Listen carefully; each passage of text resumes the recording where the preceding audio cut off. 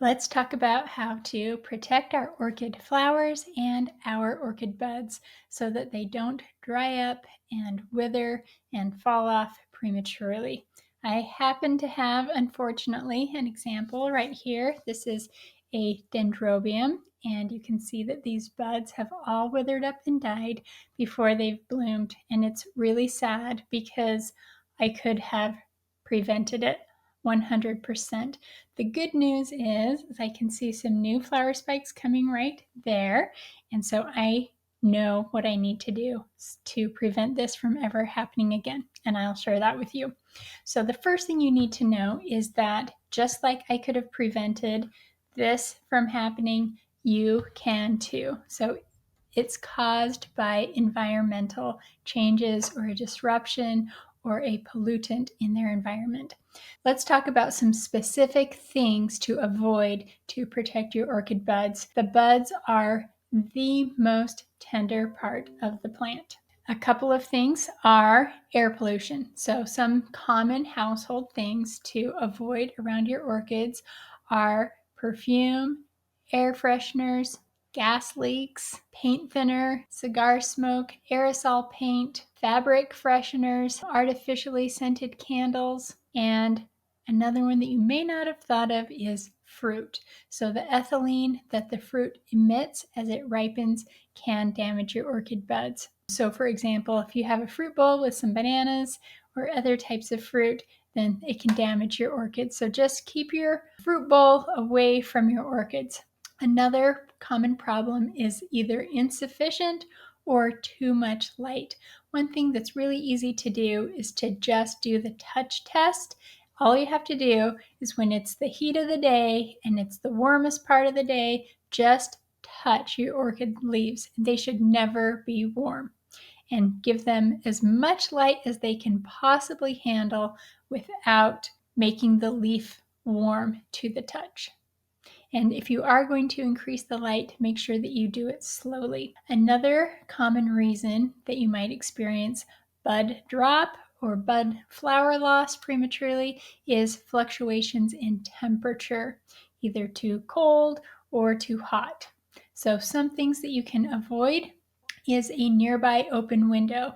A nearby open window can be really good to give you a nice temperature drop at night, 10 to 15 degree temperature drop at night, but just make sure that your orchids aren't too close to the window, especially when they're in bloom or the blooms are starting to form. Also be aware of your HVAC systems and your venting system. So if you have an air conditioner, heater, fireplace, space heater, all of those things, make sure that those things keep their distance from your orchids. Another thing that can cause a problem is if you leave your orchids out too late in the year. So orchids love summering outside. If you live in the type of climate where you can leave your orchids outside even year round, or if you're just a 3-season outdoor orchid grower, make sure that you bring your orchids in, especially before it starts to hit 55 degrees at night.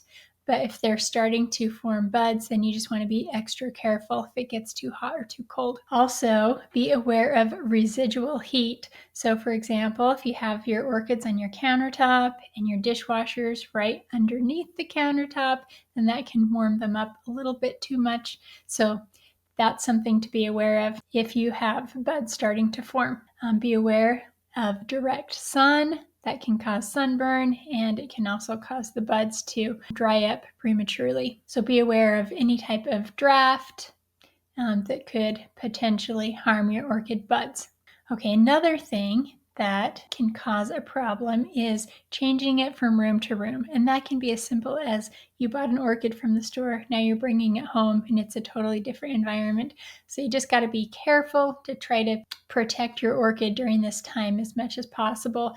Moving your orchid from room to room, even within your house, can be hard on the orchid. So about this orchid right here, you can see that it has lots of new growths forming, and that means my orchid is extra thirsty right now. It has a lot to support new buds, new pseudobulbs, new roots, and so I should have really taken better care of my orchid and given it more water during this time period. So all is not lost. I am going to take better care of this sweet little orchid in the future. What have been your experiences protecting your orchid buds and your flowers? Just write them below in the comments. And of course, you are always welcome to go to my website, Orchid Bliss, to find more tips for growing your orchids. And of course, we do have our online community, Orchid Buds, which is all about personalized orchid care and growing orchids together. So if you liked this video, like it, share it, subscribe, and we'll talk again soon.